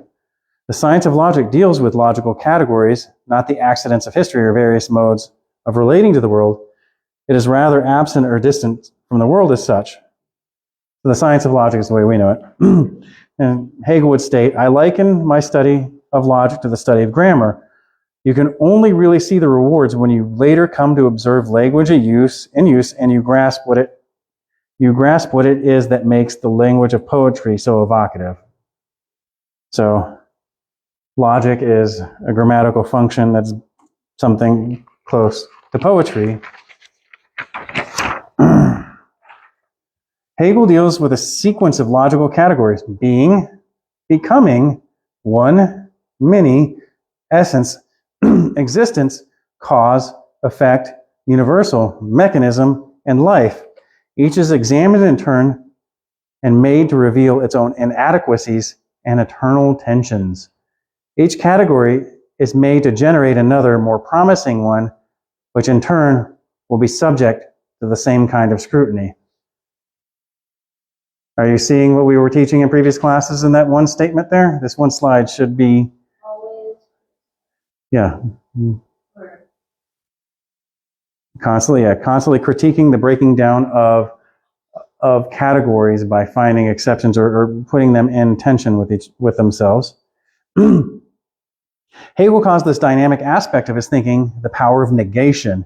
It is by means of this negativity of thought that the static or habitual becomes discarded or dissolved, made fluid and adaptable, and recovers its eagerness to push on towards the whole. Dialectical thinking derives its dynamic of negation from its ability to reveal contradictions within almost any category or identity. Now remember, when we're talking about within gender theories, if you have something, you have men and women, but oh wait, you got this other category of intersex or hermaphrodite, which was once known, then you've got something to play in tension with the categories, and you're going to have it contradict itself and then thus break down the categories. Hegel's contradiction does not simply mean a mechanical denial or opposition. Indeed, he challenges the classical notion of static self-identity, A equals A or A not equals non-A. In philosophical terms, if you want to say it, I just didn't want to put in modus ponens and modus tollens, which is nerdy stuff. By negation or contradiction, Hegel means a wide variety of relations, differences, opposition, reflection, or relation. It can indicate the mere insufficiency of a category or its incoherence. Most dramatically, categories are sometimes shown to be self-contradictory. So he has 3 different types of contradiction. We're going to go over them. And we're really making good time here, class. This is good. The 3 divisions of the science of logic involve 3 different kinds of contradiction. In the first division, being, underline that one, the opposed pair of concepts at first seem flatly opposed, as if they would have nothing at all to do with one another. Being nothing, or being or nothing, or quantity or quality. Only by means of analysis or deduction can they be shown to be intimately interrelated. In the second division, essence, underline that one, the opposed pairs immediately imply one another. The inner and the outer, for example, to define one is at the same time to define the other. In other words, to have a man, you have to have a woman, or to have light, you have to have darkness, you have to have light, or something of that nature. In the third division, you guys seeing the dualism inherent that is imported in from Gnosticism. In the third division, the concept, notion, the concept would be something like Plato would call as forms. We reach an altogether more sophisticated level of contradiction. Here we have concepts such as identity, whose component parts, universality, which means the all, and the particularity, which means the one individual, are conceptually interrelated. The third level is more difficult to depict or illustrate than others because it is truly abstract, meaning nothing within reality. Here we are, within physical reality. Here we are talking about relations that can only be disentangled from one another by a process of abstraction. For example, we can see how one of our most vital categories, individuality, can be drawn up out of a pair of apparently opposing principles, universality and particularity. Is everybody along for the ride on this? Okay. Okay, now the famous part that I've been telling you about from the inception of this class. If negation is the inner life force of the dialectic, then triadic structure is its organic fractal form, which he calls and is known as thesis, antithesis, and synthesis. A thought is affirmed, as he states, which upon reflection proves itself unsatisfactory, incomplete of the contradictory, which propels the affirmation of its negation, the antithesis, which also upon reflection proves inadequate, and so again negated. So this is a constant process. So once you are able to find something's antithesis, you negate the thing, and then that negation you look at, and then you apply it against its antithesis, and so on. You're just continuing this synthesis. And this is how the becoming is enacted. So in this triadic structure, can there be a hope of finding the truth? That's not the goal. The goal, yeah. Yeah, the truth is that the truth within all Gnostic forms is that you are cast upon this world against your will. This world is evil. And then everything that we're told about this world is in order to hide us from the truth that we are meant to be up in a higher stage and a higher fullness with the all-encompassing one. Oh. And what happens when we challenge that and bring its antithesis? I'm sorry, say again? What happens when we challenge that and bring its antithesis? What's the that? So like, I don't mean it as like a gotcha question. I just mean it like, if so, for instance, we are cast upon this world against our will. What happens when you bring the antithesis around to that thesis? Oh, you're placing the dialectic into the dialectic itself. Yeah. Then all reality blows up. I don't know. That's interesting. I would say that's interesting in that the dialectic in and of itself doesn't have the dialectic presented against it would be rather interesting. I don't know. I'd have to look into it. That's a good question. So is the dialectic immune? I think it's treated as if it's a priori, yeah. But that's something I do want to look into, because that is something that I've seen is that even within like we were talking about the concept of queer theory, is that, like, say you've gone through this process, and then whatever you've queered through the process ends up becoming normative, then in and of itself it becomes something oppressive, so then it has to be queered. So I don't know how then, like, say, to apply, I think it would be related in that manner, that being that it's a process, you can't apply it to itself because it's I feel like that's just because inconsistency. it is, but it's highly circular in that it can never be. You can never have the thesis without the antithesis, without the synthesis. So the process is always moving. So I don't know if you can. I really want to. I'll look into that and see what I can find, and I'll send that to you. But yeah, I would say. But yeah, is it a priori to their way of, to their theory? I'll look into that. I don't want to say anything I'm not familiar with. It's like basically, it's like a whirlpool, and what you stated as the absolute truths would be the container for the whirlpool. You take the container away, the whirlpool goes away. Yeah, that's, well, or to be able to shine light on it, where you basically have an anti-gnosis, that you're stuck into this Gnostic circle, would be a better way of stating it. But I don't know. I don't want to touch into territory I haven't really looked into.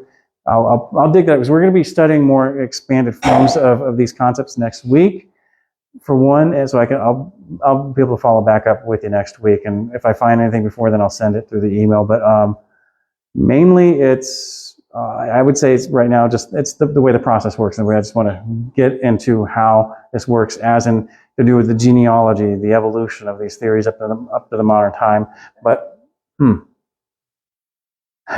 it does. The one thing I will touch base with, that I will touch into, is I do use their processes against them. And this is something in fact, it's a book I'm probably going to recommend. If I had the money, I would buy the whole class. This book, it's called Counter Wokecraft. But it details how to use their methodologies against them. Okay, where are we at? 84 or Yeah, okay, the triadic structure. Yeah, we're still on there. So in classic logic, this double negation, A is not a non-A, would reinstate its original thesis. The synthesis does not do this. It has overcome and preserved or sublated the stages of the thesis and antithesis to emerge as a higher rational unity. That makes sense to you all? Anybody? This is an important thing here. So it's no longer, so you have A and A. A is not A, yeah. And now you have A is not a non-A, Yeah. which does not make A an A.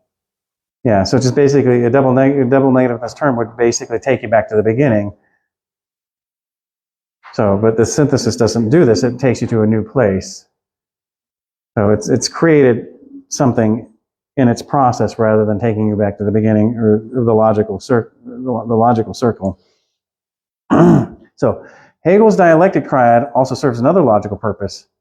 And I had to cut out Kant, but I'm talking about his name. He's another German philosopher from a slightly earlier time frame. Kant distinguishes two kinds of logic: the analytic logic of understanding, which focuses on the data of sense experience to yield knowledge of the natural phenomenal world, and we would call that science in modern terminology, and the dialectical knowledge of understanding, which operates independently of sense experience and erroneously professes to give knowledge of the transcendent noumena, things in themselves, or also the infinite of the whole. So this noumena is this idea that Kant had, is that we live like kind of in a world where we know the world only through our senses. But the world is actually totally different than what we can sense it. The world as it is totally separate from what we could ever know it. So you have the noumenal world, or the world as it is, and then we have the phenomenal world, or the world as we perceive it. So Hegel's view is completely different from that view I just explained out. Analytical understanding is only adequate for natural science and practical everyday life, not for philosophy. Dialectic reasons are not concerned with Kant's transcendent, nor with the abstract mutilated parts of reality, but with realities of totality, and therefore gives true knowledge. So he's not concerned with Kant's idea of the separation between the phenomenal world and the noumenal world, or the world as it is, nor with what he can. So the transcendent part would be the phenomenal, the mutilated parts of reality would be considered the scientifically mutilated noumenal world, but with reality as a totality, and therefore it gives true knowledge. So he's talking about the idea of a oneness, of this monistic idea, even there, that everything is all one. Standpoint epistemology couldn't stand out in that world, in the world where there's only the world of your senses and then the real world is beyond your senses. Standpoint epistemology, I say, breaks down into nothing but the world of senses, the phenomenology. It's just what it's like to be, like say Becca, in your instance, right? You can only ever experience life and everything that you will ever know through your first person experience of the world, right? But it doesn't, okay, go ahead. Oh, no, but I can also, within that first person experience of the world, I'm also getting a part of your experience of the world, because I'm a woman and you're a man, and I'm living in a man's world. And I'm bringing in intersectionality, But yeah. you can't experience mine. Exactly. So where that overlaps, is that area not a glimpse of the true world? Yeah, you're also seeing the idea of the oneness or the becoming, because you've already had the dialectic applied in that position. So the true world, is going to be what is going to be critically deconstructed. You're taking apart this matrix that you live in, and then you'll finally be able to see the world as it actually is. Once you've applied, this is further down the line, but after you've applied this dialectic, which would be within the critical theories which we were covering earlier, then you'll be able to see that you live in this oppressed world, this oppressive, evil world. Yeah, no, exactly. Here, where are we at? Okay. What is knowing? So we're looking at his epistemology. Knowing for Hegel is something you do. It is an act, but it is also the presence of the mind. Hegel seems to hold out the vision, even the experience of thinking as self-presence, of being present to or with oneself, of being fully self-possessed, self-aware, of self-consciousness as a huge cosmic accomplishment. So let me work that one out for you. So knowing is not something like a possession of ideas. It's an acting out in your life. It is, so thus it becomes something that can be normative, or it falls within the theories of ethics. But also the presence of mind is also what your disposition is at the time of coming to know something.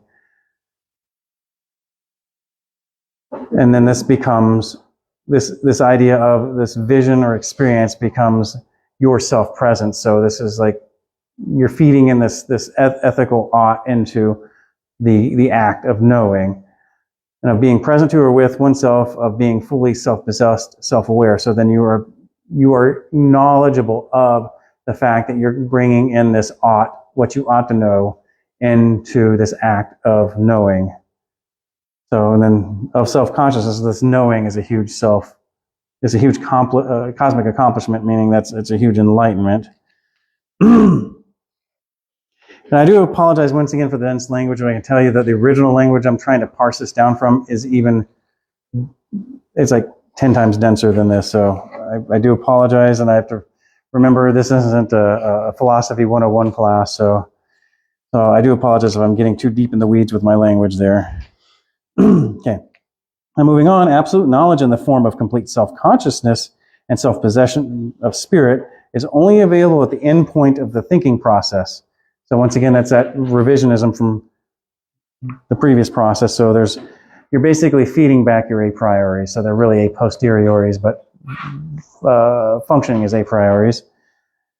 There is no distinction possible between the driving energy of thought and this sense of harmony and fulfillment in the whole. It is ultimately the universal which has the upper hand. As Hegel's logic puts it, everything depends on the identity of identity and non-identity. I really wish I could make this seem a little bit more logical, but it's not. Well, in our way of thinking. Where are we at? Okay. In philosophy, the latest birth of time is the result of all the systems that have preceded it and must include their principles. And if so, on other grounds, it deserves the title of philosophy. It will be the fullest, most comprehensive, and most adequate system of all. So when he states the world of philosophy resembles a circle of circles, and that's a fractal system he's talking about, but it's talking about that even this philosophy is developing through the dialectic into a fullness of knowing. So, and you see that in modern science too, is the idea that we don't know it now, but the future science will know it. So, I apologize for Hegel being so dense, but that's just Hegel being Hegel. So, we're past Hegel and now we're into Marx. And I told you in the beginning of this class we're going to work from ancient Greece into Marx, and we're nearly done. Let me see here, how much do we got left to go? And there's still tons of more notes that I've cut out, so I just want to make sure I'm covering everything. Okay, good. We're almost there. Okay, the dialectic from Hegel to Marx. The Marxist dialectic is a form of Hegelian dialectic that applies to the study of historical materialism. It purports to be a reflection of the real world created by man. The Marxist dialectic is thus a method by which one can examine the social and economic behaviors. It is the foundation of philosophy of dialectical materialism, which forms the basis of historical materialism. So now we're all the way back at the beginning of this course, too, if you all remember. So remember the idea of that Marxism is also known as dialectical materialism. So Karl Marx and Friedrich Engels, writing in several decades after Hegel's death, which, mind you, Marx was a student of Hegel, proposed that Hegel's dialectic is too abstract. Against this, Marx presented his own dialectical method, which he claimed to be the direct opposite of Hegel's method. Marxist dialectics is exemplified in Das Kapital, as Marx explained dialectical materialism being. It includes in its comprehension an affirmative recognition of the existing state of things. At the same time, also, the recognition of the negation of that state, of its inevitable breaking up, because it regards every historically developed social form as a fluid movement and therefore takes into account its transient nature not less than its momentary existence, because it lets nothing impose upon it and is in its essence critical and revolutionary. So what it basically states is it's taking the idea of the affirmative recognition and the recognition of the negation of that state, which is Hegel's dialectic, and then turning it into this fluid movement, meaning this is something that's going to be constantly moving into history, into future history, and then on its own will become critical of society and then thus revolutionary. And there was something I was going to want to interject here, which I don't remember what it was going to be. Hopefully I'll remember it by the next time. So class struggle is the primary contradiction to be resolved by Marxist dialectics because of its central role in the social and political lives of society. Nonetheless, Marx and Marxists developed the concept of class struggle to comprehend... Sorry, where am I at? Sorry, I just kind of went off track here, looking away. To comprehend the dialectical contradictions between mental and manual labor, between town and country. Hence, philosophical contradiction is central to the development of the dialectics. The progress from quantity to quality, the acceleration of gradual social change, the negation of the initial development of the status quo, the negation of the negation, and the high-level recurrence of the features of the original status quo. Okay. In contrast with the idealist perspectives of Hegelian dialectics, the materialist perspective of the Marxist dialectic emphasizes that the contradictions in material phenomena could be resolved with the dialectical analysis from which is synthesized the solution that resolves the contradiction whilst retaining the essence of the phenomena. Marx proposed that the most effective solution to the problems caused by contradiction was to address the contradiction and then rearrange the systems of social organization at the root of the problem. And Marx is dense as well, too. And this is the last slide, class, and I'll give us some commentary to make this all make sense, because I know this is a lot of dense language. So dialectical materialism recognizes the evolution of the natural world and thus the emergence of new qualities of human being and human existence. Engels used the metaphysical insight the higher level of human existence emerges from and is rooted in the lower level of human existence. The higher level of being is a new order with irreducible laws.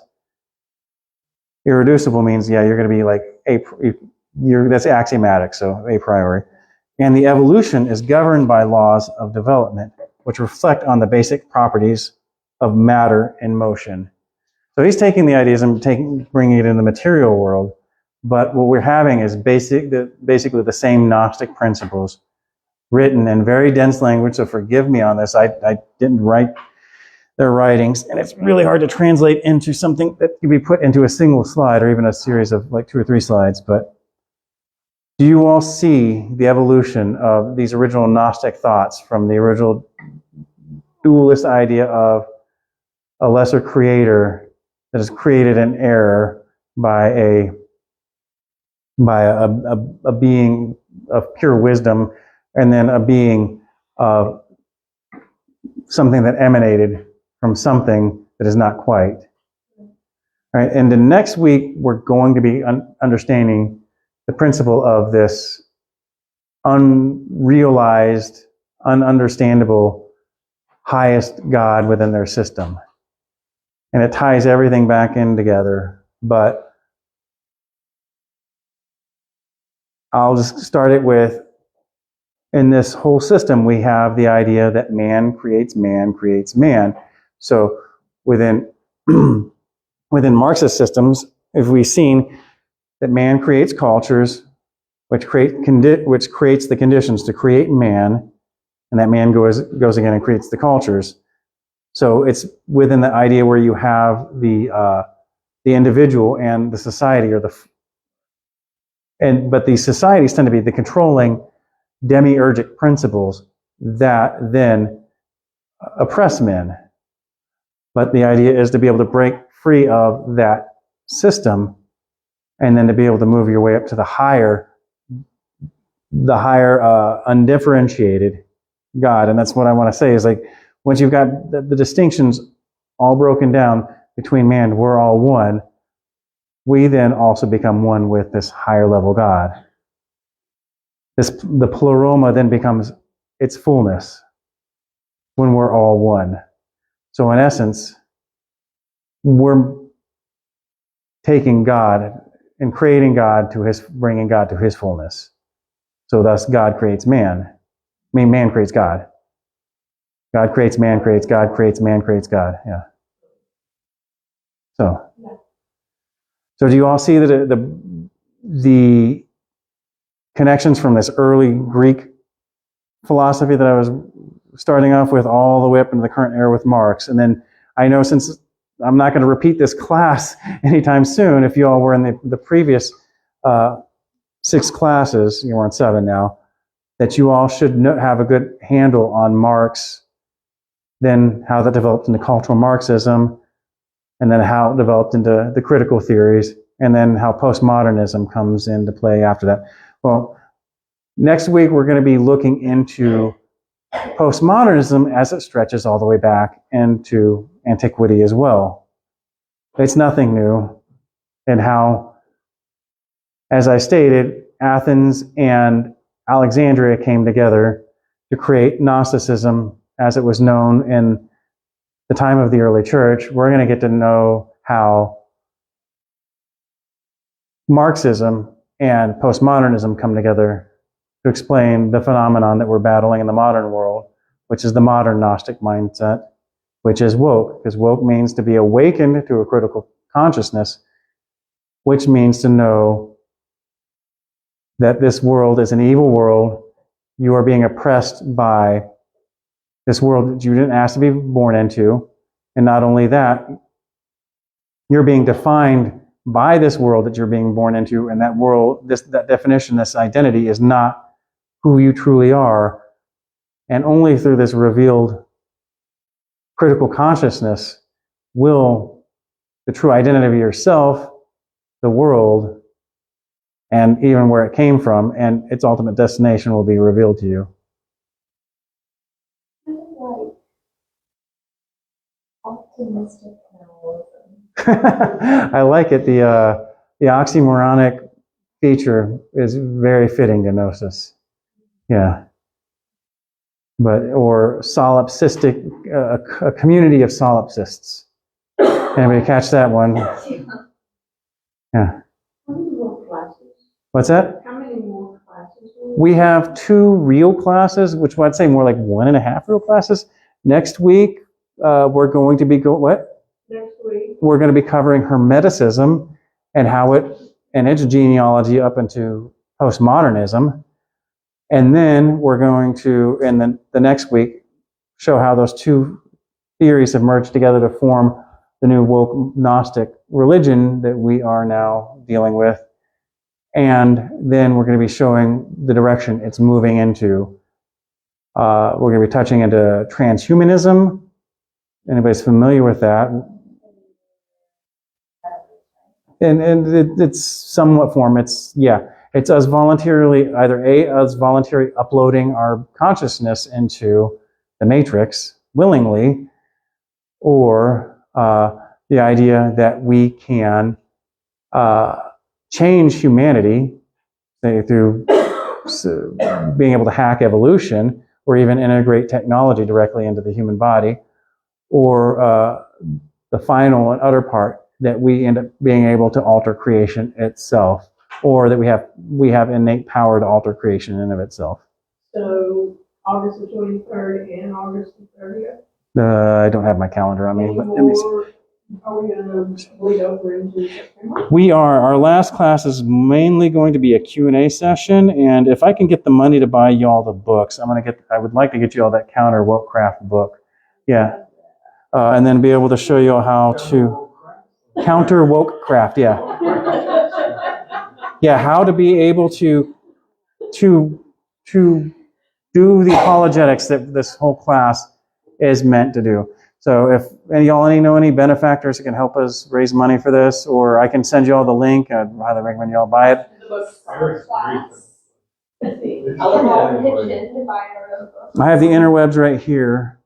Love, you can go and cut the live stream if you'd like. The book is not just a call, and we'll